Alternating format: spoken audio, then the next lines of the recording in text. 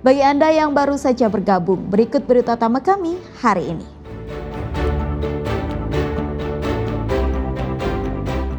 Bermain hujan di Sungai Bocah di Surabaya terbawa arus dan ditemukan meninggal dunia.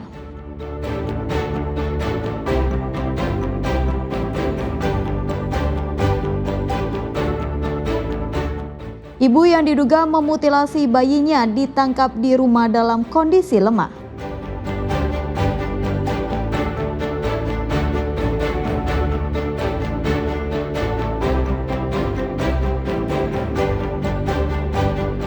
Pembuat kue di Surabaya laris manis jelang Natal, kreasikan kue dengan pernik Natal untuk hampers.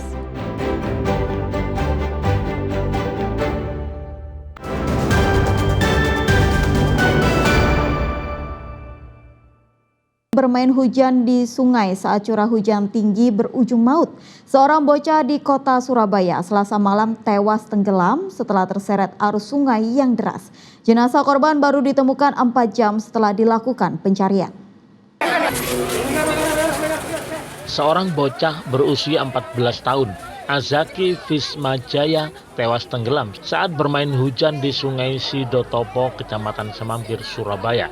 Korban bersama 2 temannya memanfaatkan hujan deras untuk bermain sambil berenang di sungai yang tak jauh dari rumah mereka. Naas diduga saat hendak naik ke daratan, korban terpeleset dan jatuh ke dalam sungai. Derasnya air akibat hujan lebat membuat korban tak mampu menyelamatkan diri. Tubuh korban pun terseret arus dan hilang. Korban diketahui merupakan seorang santri di salah satu pondok pesantren yang saat itu sedang menjalani masa liburan sekolah dan pulang ke rumah orang tuanya. Mengetahui kejadian tersebut, petugas gabungan dari Polsek Semampir, Linmas, PMI, Tagana, BPBD, hingga DPKP Kota Surabaya langsung melakukan pencarian di sepanjang aliran sungai. Setelah 4 jam pencarian, jenazah korban akhirnya ditemukan tak jauh dari lokasi awal terjatuh. Jadi persisnya kalau informasi dari warga, 2 orang ini berenang. Yang satu naik, yang satu kepleset. 2 orang ini anak-anak atau Anak-anak. Anak-anak Pak ya? Nah, terus yang satu ini Ada. yang satu ada, terus yang satu ini hanyut gitu Pak Ya, ya? gitu. Oh, Hanyut. Alhamdulillah barusan kalau nggak salah 15 menit. 15 menit. Iya, nggak sampai ya, 20 menit, 10 menit. Setelah diangkat dari sungai, jenazah korban dibawa menggunakan ambulan ke RSUD Dr. Sutomo Surabaya untuk menjalani proses autopsi. Peristiwa tragis ini menjadi pengingat bagi orang tua dan masyarakat agar lebih waspada dan tidak membiarkan anak-anak bermain di sungai, terutama saat hujan deras dan kondisi arus sedang tinggi. Selamat Riyadi dan Sri Rama melaporkan dari Surabaya. 2 sukarelawan pengatur lalu lintas atau Supeltas di Jombang terlibat duel dengan sopir dan kernetnya akibat permasalahan klakson truk. Akibat peristiwa itu 2 Supeltas menderita luka-luka. Duel antara sopir dan kernet truk melawan 2 supeltas relawan penyeberangan jalan terjadi di Simpang 4 Jalan Raya Sedamar, Kecamatan Sumobito, Kabupaten Jombang, Selasa sore. Aksi ini membuat tegang sejumlah orang di lokasi kejadian. Pertikaian ini berawal saat truk yang dikemudikan Melianus Sabat asal Sidoarjo dihentikan oleh Zaki Ashari dan Sugeng Sugiarto, 2 sukarelawan pengatur lalu lintas atau supeltas karena kondisi lalu lintas padat. Namun sopir truk terus membunyikan klakson berulang kali dan memicu emosi salah satu supeltas hingga terjadi cekcok dan adu mulut berujung perkelahian. Sopir dan kernet truk menyerang 2 supeltas dengan menggunakan kunci roda hingga korban mengalami luka di beberapa anggota tubuhnya. 4 orang yang terlibat duel akhirnya diamankan ke kantor Polsek Sumobito. Setelah dimediasi polisi, 4 orang yang bertikai itu akhirnya sepakat berdamai tanpa membawa urusan ke jalur hukum. Di stop, bertengkar, adu mulut, cekcok, akhirnya duel. Baru ada mah. itu kenapa kok bisa bertengkar? Wah nggak tahu, di stop marah-marah, mungkin ada supir. Itu waktu nyebrangin jalan atau gimana? Nyebrangin jalan. gara-gara kesalahpahaman antara penyeberang yang bagian kredit itu sama sopir truk. Nah, itu mungkin ada sedikit kesalahpahaman, mungkin antrian yang sedikit ramai, yang sopirnya itu menggunakan klakson, akhirnya timbul kesalahpahaman, akhirnya timbul perkelahian. Polisi mengimbau seluruh pihak terutama pengguna jalan lebih mematuhi aturan lalu lintas serta bersabar dan memerhatikan hak pengguna jalan lainnya sebab padatnya arus lalu lintas seringkali menyebabkan pengguna jalan emosi dan kurang waspada. Dwi Mujiarso dan Sri Rama melaporkan dari Jombang. Dalam kondisi fisik masih lemah usai melahirkan seorang diri, seorang ibu muda di Kecamatan Sumber Baru, Jember diamankan polisi. Wanita berusia 19 tahun tersebut diduga memutilasi bayi yang baru dilahirkannya. Kasus yang menyita perhatian publik ini kini dilimpahkan ke Unit Perlindungan Perempuan dan Anak.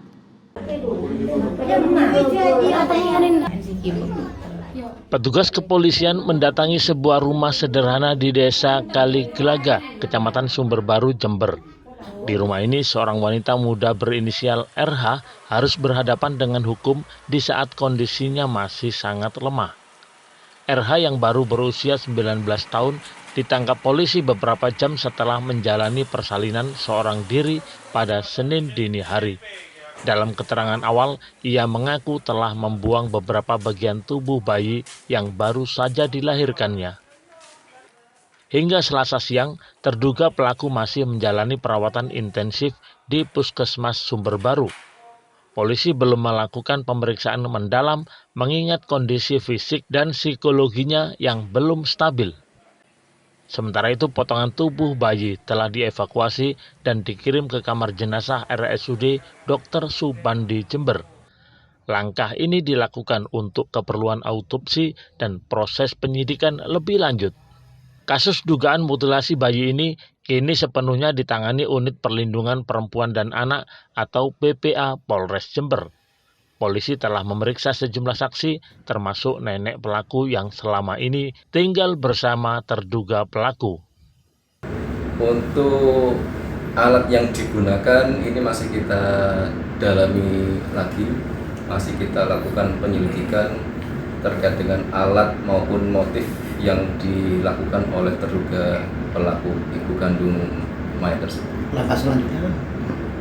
Untuk langkah selanjutnya pastinya kita akan melakukan pemeriksaan terhadap terduga pelaku ibu bayi tersebut dan saksi-saksi yang ada di lokasi kejadian. Polisi juga meluruskan informasi yang berkembang di masyarakat terkait pengakuan pelaku yang menyebut baru saja bercerai. Penyidik menegaskan bahwa berdasarkan keterangan saksi, Rohma diketahui belum pernah menikah. Tommy Skandar dan Sri Rama melaporkan dari Jember. Seorang pria di Sampang nekat merekayasa aksi pembegalan dengan berpura-pura menjadi korban. Uang senilai 23 juta yang diakuinya dirampas ternyata habis digunakan untuk kepentingan pribadinya. Anggota Polsek Kedungdung ini tengah melakukan olah TKP usai mendapatkan laporan adanya aksi pembegalan terhadap seorang pria di Kedungdung, Sampang. Saat proses olah TKP, polisi meminta keterangan pria yang mengaku sebagai korban untuk mengungkap kronologi kejadian. Saat dievakuasi ke dalam minibus, pria tersebut terus meyakinkan warga dan petugas kepolisian bahwa dirinya adalah korban pembegalan.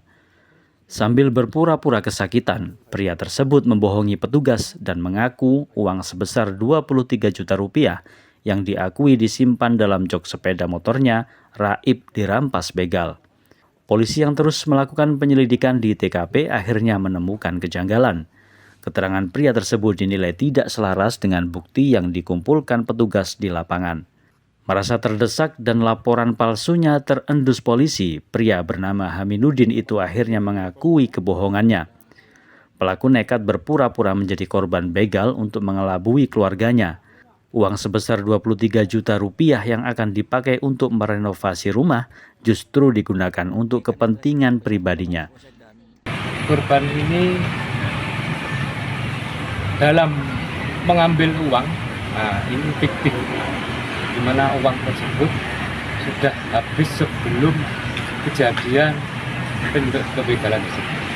Meski begitu, polisi masih berupaya mendalami aksi pembegalan fiktif tersebut untuk memastikan ada atau tidaknya keterlibatan pihak lain dalam kasus laporan palsu kepada polisi tersebut.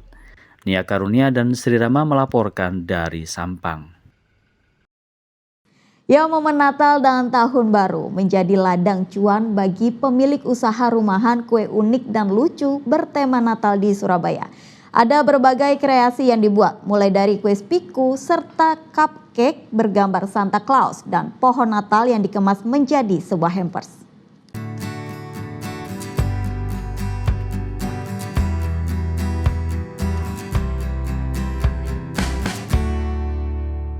Stefani Suryaningati, seorang produsen kue rumahan asal Surabaya ini, ramai pesanan menjelang hari Natal dan Tahun Baru. Ia mengaku banyak pelanggan yang memesan kue sebagai hampers yang akan dikirim ke teman atau saudaranya untuk merayakan Natal. Stefani berkreasi membuat cupcake dengan gambar karakter Santa Claus serta ornamen Natal lainnya yang terlihat unik dan lucu.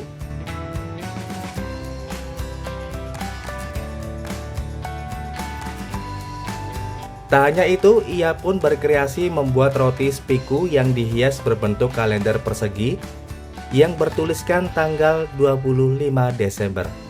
Roti vanilla cake ini berbalut fondant atau gula padat serta berlapis coklat di bagian dalamnya, yang sepintas menyerupai mainan.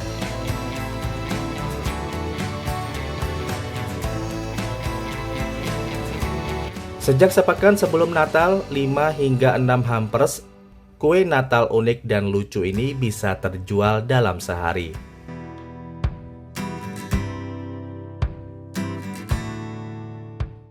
Biar unik ya, maksudnya kan orang nggak nyangka bahwa dari kalendernya ternyata kue, terus ada fotonya gitu. Jadi kan nggak nyangka kalau ini ternyata bisa disobek. Cik, untuk Natal kali ini pesanan gimana, Cik? Pesanannya lumayan sih, tapi masih menurun kalau dibanding tahun-tahun kemarin. Tuh, tapi ya lumayan lah. Sehari tergantung sih, kadang bisa 5, 6, tergantung. Pemesannya dari mana aja, Cik? Pemesannya ya area Surabaya, dari Surabaya Timur, Surabaya Barat sini. Untuk roti kalender berukuran 18 cm dijual dengan harga Rp250.000. Sementara untuk cupcake bergambar Santa Claus dan ornamen Natal dibanderol dengan harga Rp180.000 per paket yang berisi 6 kue. Wahyu Pratama dan Sri Rama melaporkan dari Surabaya.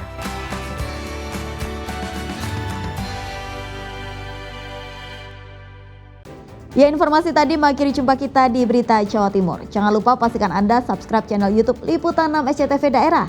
Atas nama rekan yang bertugas, saya Tabita Putri mengucapkan terima kasih atas perhatian Anda. Selamat beraktivitas dan sampai jumpa.